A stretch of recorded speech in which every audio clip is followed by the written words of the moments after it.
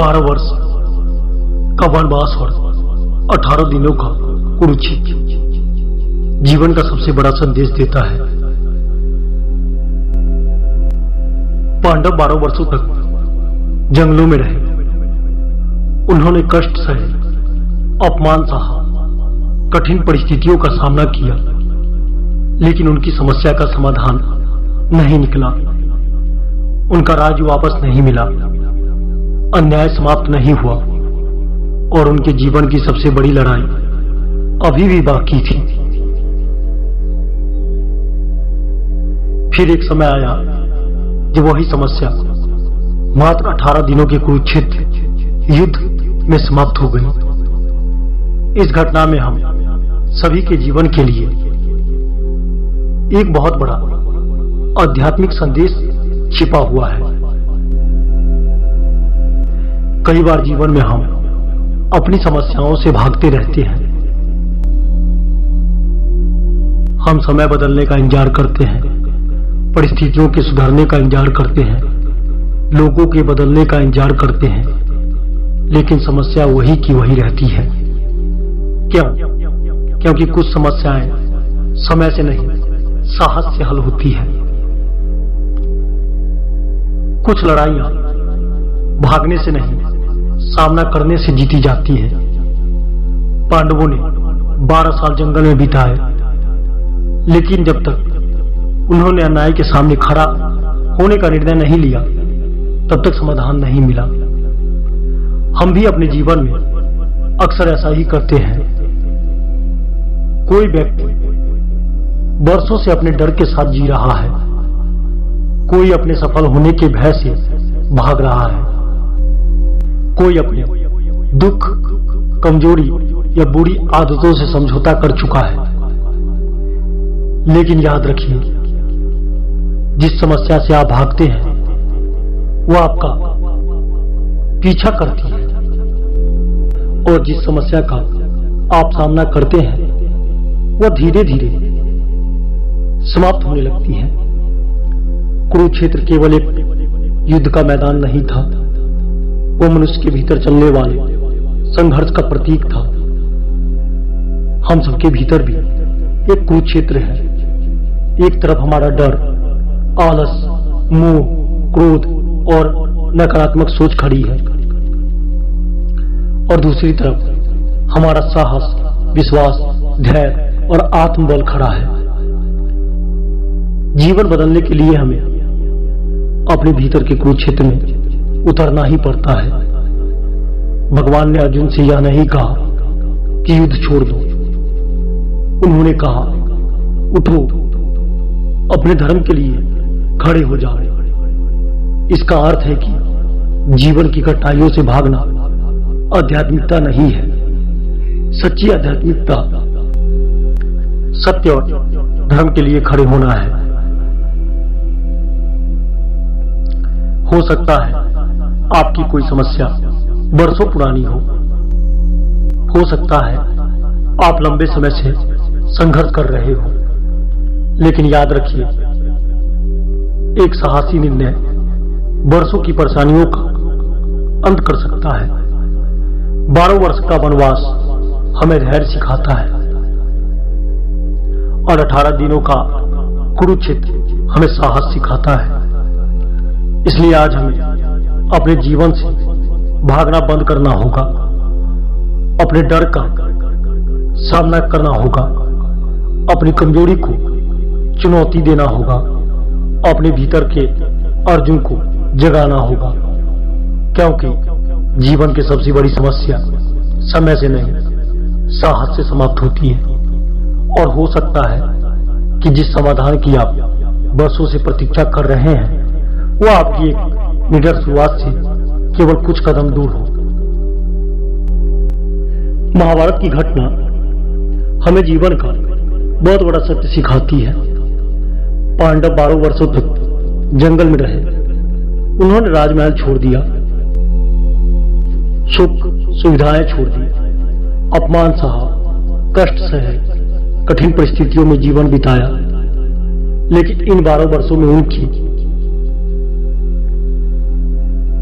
सबसे बड़ी समस्या का समाधान नहीं निकला, उनका राज्य वापस नहीं मिला, अन्याय समाप्त नहीं हुआ और उनके जीवन का संघर्ष खत्म नहीं हुआ। लेकिन जब वही पांडव कुरुक्षेत्र के मैदान में उतरे, जब उन्होंने अन्याय के सामने खड़े होने का साहस दिखाया, जब उन्होंने अपने धर्म के लिए युद्ध लड़ने का साहस दिखाया, तो वही समस्या मात्र 18 दिनों में कुरुक्षेत्र के मैदान में समाप्त हो गई।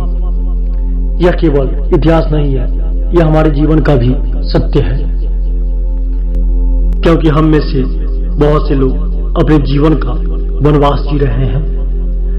कोई वर्षों से अपने डर में जी रहा है, कोई अपने दुख के साथ समझौता कर बैठा है, कोई अपनी असफलताओं का बोझ उठाए घूम रहा है, कोई समाज के डर से अपने सपनों को दबा रहा है, तो कोई अपनी कमजोरियों से लड़ने के बजाय उनसे भाग रहा है। और फिर हम शिकायत करते हैं कि हमारी समस्याएं खत्म क्यों नहीं हो रही। सच्चाई यह है कि कुछ समस्याएं समय से नहीं, निर्णय से समाप्त होती है। 12 वर्ष बीत जाए, 20 वर्ष बीत जाए, पूरी जिंदगी बीत जाए, लेकिन यदि मनुष्य समस्या के सामने खड़ा नहीं होता तो समस्या उसका पीछा कभी नहीं छोड़ती। पांडवों ने भी यदि हमेशा जंगल में रहने का निर्णय ले लिया होता तो शायद वे जीवन भर भटकते रहते। लेकिन एक समय आया जब उन्होंने समझ लिया कि अब भागने का नहीं, खड़े होने का समय है, सामना करने का समय है। जीवन में भी एक समय ऐसा आता है जब ईश्वर हमें संकेत देता है, अब भागना बंद करो, अब अपने कुरुक्षेत्र में उतर जाओ। कुरुक्षेत्र एक युद्ध भूमि नहीं थी, वो मनुष्य के भीतर का युद्ध था। हम सबके भीतर की भी एक कुरुक्षेत्र है। एक ओर भय खड़ा है, दूसरी ओर विश्वास खड़ा है। एक ओर आलस खड़ा है, दूसरी ओर परिश्रम खड़ा है। एक ओर क्रोध, अहंकार, ईर्ष्या और नकारात्मकता खड़ी है, दूसरी ओर प्रेम, करुणा, धैर्य और सत्य खड़ा है। और हर दिन हमें निर्णय लेना पड़ता है कि हम किसके साथ खड़े होंगे। भगवान श्री कृष्ण ने अर्जुन को युद्ध से भागने नहीं दिया। जब अर्जुन ने अपने हथियार नीचे रख दिए तब श्री कृष्ण ने उन्हें भगवत गीता का ज्ञान दिया। क्यों?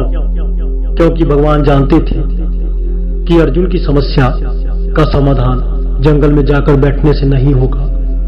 समाधान होगा कर्तव्य निभाने से, सत्य के लिए खड़े होने से, अपने भय पर विजय पाने से। दोस्तों, कई लोग आध्यात्मिकता का अर्थ गलत समझते हैं। वो सोचते हैं कि समस्याओं से दूर भाग जाना ही आध्यात्मिकता है, लेकिन सच्ची आध्यात्मिकता पलायन नहीं सिखाती।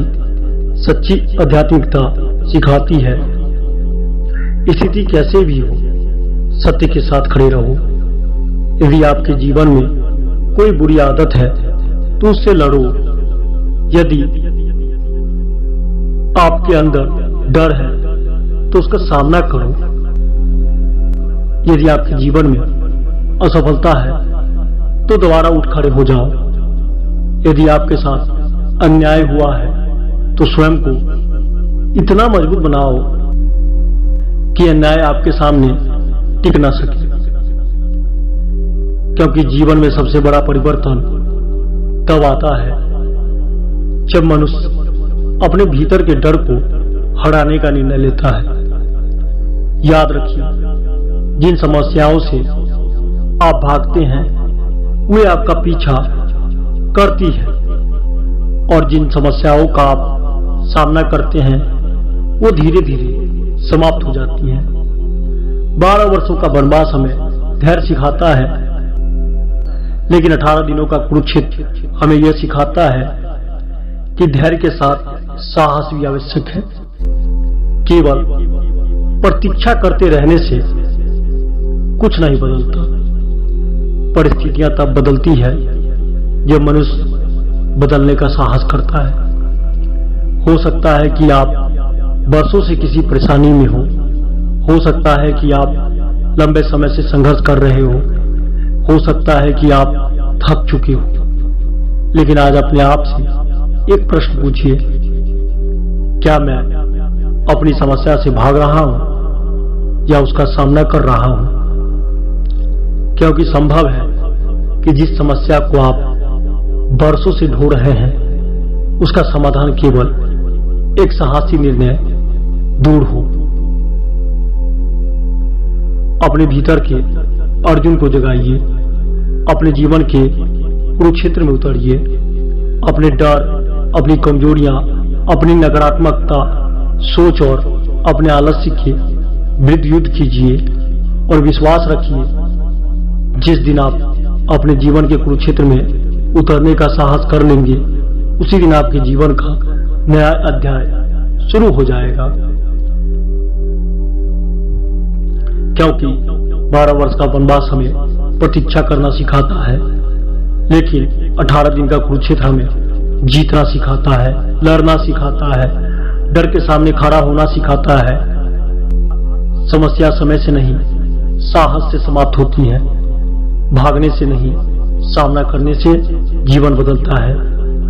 भागने वाले भागते रह जाएंगे और वो कभी अपने लिए नहीं लड़ पाएंगे।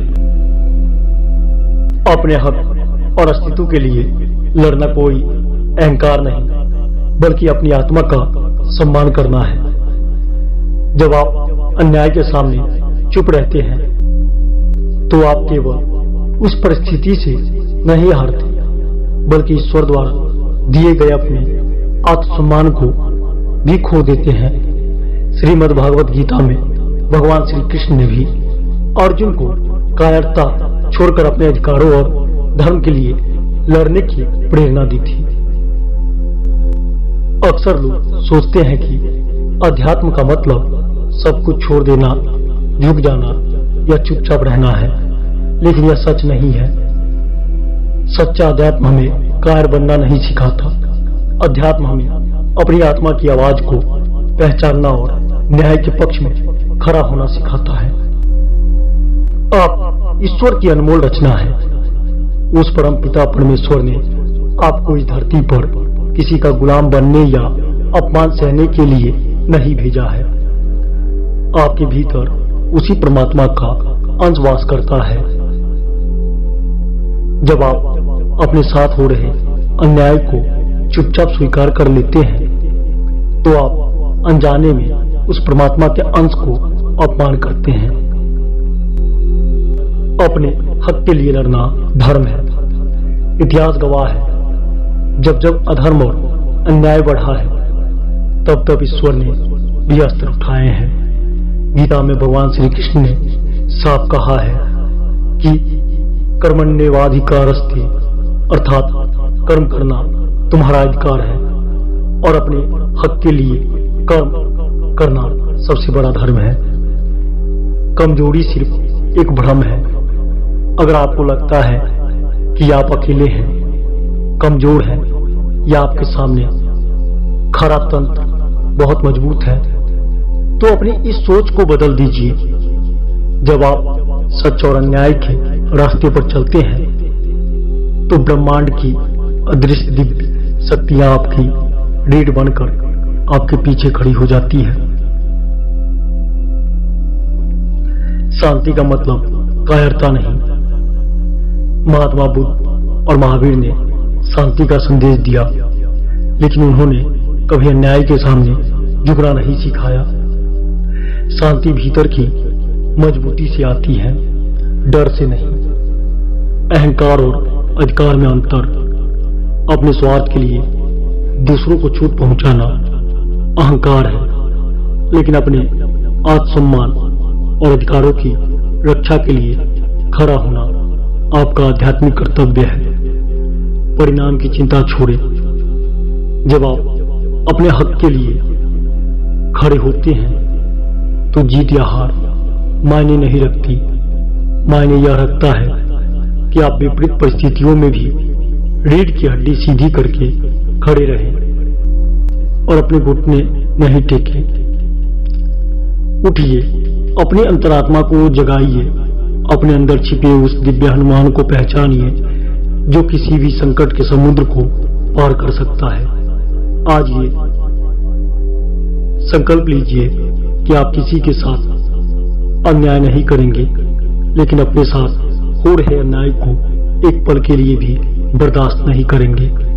अपने अस्तित्व के लिए, अपने हक के लिए और अपनी आत्मा के गौरव के लिए पूरी ताकत से लड़िए।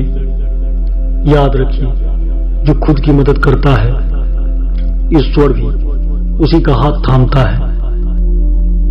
जब हम अध्यात्म शब्द सुनते हैं तो हमारे मन में शांति, क्षमा, मौन और सब कुछ सह लेने की छवि बनती है। हम सोचते हैं कि जो व्यक्ति धार्मिक या आध्यात्मिक है वो सब कुछ चुपचाप बर्दाश्त कर लेगा, लेकिन आज मैं आपको बताने आया हूं कि यह सोच पूरी तरह गलत है। अध्यात्म आपको कायर बनना नहीं सिखाता, अध्यात्म आपको रीढ़हीन होना नहीं सिखाता। सच्चा अध्यात्म तो आपकी सोई हुई चेतना को जगाकर आपको अपने हक, अपने वजूद और न्याय के लिए लड़ना सिखाता है। अपने हक के लिए लड़ना कोई अहंकार नहीं होता, बल्कि अपनी आत्मा का सम्मान करना होता है। अपनी दिव्य पहचान को समझें। साथियों, अपने हक के लिए लड़ने की प्रेरणा हमें तब मिलती है जब हमें यह महसूस होता है कि हम कौन हैं, ईश्वर का अंश। उपनिषद कहता है, अहम ब्रह्मास्मि, यानी मैं ही ब्रह्मा हूं। आप कोई लाचार, बेबस या कमजोर इंसान नहीं है। आप उस सर्वशक्तिमान अनंत ब्रह्मांड के रचयिता की संतान है। अपमान सहना पाप है। जब आप किसी के सामने बिना वजह झुकते हैं, जब आप अपने साथ हो रहे अन्याय को चुपचाप स्वीकार कर लेते हैं, तो आप केवल अपना नुकसान नहीं कर रहे होते हैं, आप अनजाने में उस परमात्मा का अपमान कर रहे होते हैं जिसने आपको यह जीवन और आत्मसम्मान देकर इस धरती पर भेजा है। मौन की सीमा सनातन संस्कृति में क्षमा को वीर का आभूषण कहा गया है। क्षमा वीरस्य भूषणम, लेकिन क्षमा तब तक ही शोभा देती है जब आपके पास शक्ति हो। यदि कमजोर के कारण आप चुप हैं तो वह क्षमा नहीं, वह कायरता है, और कायरता सबसे बड़ा आध्यात्मिक पतन है। आइए हम अपने इतिहास और ग्रंथों की ओर मुड़कर देखें, हमारे भगवान, हमारे गुरु और हमारे मार्गदर्शक हमें क्या सिखाते हैं। श्रीमद् भागवत गीता का संदेश। जब अर्जुन हताश होकर बैठ गए और उन्होंने कहा कि मैं अपनों के खिलाफ नहीं लड़ूंगा, मैं सब कुछ छोड़ दूंगा, तब भगवान श्री कृष्ण ने उन्हें क्या कहा? क्या कृष्ण ने कहा कि हाँ अर्जुन, तुम बहुत आध्यात्मिक बात कर रहे हो, जंगल चले जाओ? नहीं, कृष्ण ने अर्जुन को झकझोरा। उन्होंने कहा, क्लव्यम मा समगमः पार्थ, यानी हे अर्जुन, इस नपुंसकता और कायरता को त्यागो और युद्ध के लिए खड़े हो जाओ। अपने अधिकार और धर्म के लिए लड़ना ही सबसे बड़ा अध्यात्म है।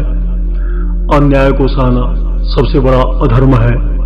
महाभारत हमें सिखाता है कि अन्याय करने वालों से भी बड़ा पापी वह होता है जो अन्याय को चुपचाप सहता है। भीष्म पितामह और गुरु द्रोणाचार्य जैसे महान ज्ञानी भी सिर्फ इसीलिए नरक के भागी बने क्योंकि वे सही समय पर अन्याय के खिलाफ खड़े नहीं हो सके, वे चुप रहे। अब सवाल यह उठता है कि एक आध्यात्मिक व्यक्ति की लड़ाई सांसारिक व्यक्ति की लड़ाई से अलग कैसे होती है। नफरत से नहीं, न्याय के लिए लड़े। जब एक आम इंसान लड़ता है तो उसके भीतर क्रोध, नफरत और ईर्ष्या होती है, लेकिन जब एक आध्यात्मिक इंसान अपने हक के लिए लड़ता है तो वह किसी व्यक्ति से नफरत नहीं करता, बल्कि वह उस व्यवस्था, उस अधर्म और उस अन्याय के खिलाफ लड़ता है। भीतर की शक्ति, जब आप सच के रास्ते पर होते हैं तो आपको किसी बाहरी सेना की जरूरत नहीं पड़ती। सत्य ही आपकी सबसे बड़ी शक्ति बन जाती है। मुंडक उपनिषद कहता है, सत्यमेव जयते, यानी अंततः सत्य की ही जीत होती है।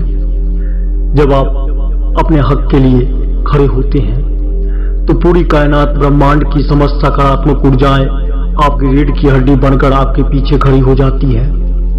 परिणाम का भय छोड़ दो। आध्यात्मिक योद्धा कभी परिणाम से नहीं डरता। वह जानता है कि यदि वह हक के लिए लड़ते हुए जीत गया तो इस धरती पर सम्मान पाएगा, और यदि संघर्ष करते हुए मिट भी गया तो उसकी आत्मा अमर रहेगी। वह कभी घुटने नहीं टेकेगा। आज समय आ गया है कि हम अपनी इस सोई हुई चेतना को जगाएं, अपने भीतर छिपे उस हनुमान को याद करें जिसे अपनी शक्तियों का भान नहीं था।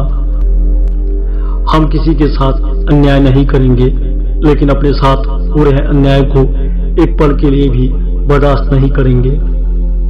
हम अपने हक के लिए, अपनी गरिमा के लिए और अपने परिवार व समाज के लिए, उनके अधिकारों के लिए पूरी ताकत से आवाज उठाएंगे। हम डर को अपने भीतर घर नहीं करने देंगे, क्योंकि डर आत्मा का स्वभाव नहीं है। आत्मा का स्वभाव तो अब है, यानी डर से मुक्त होना है।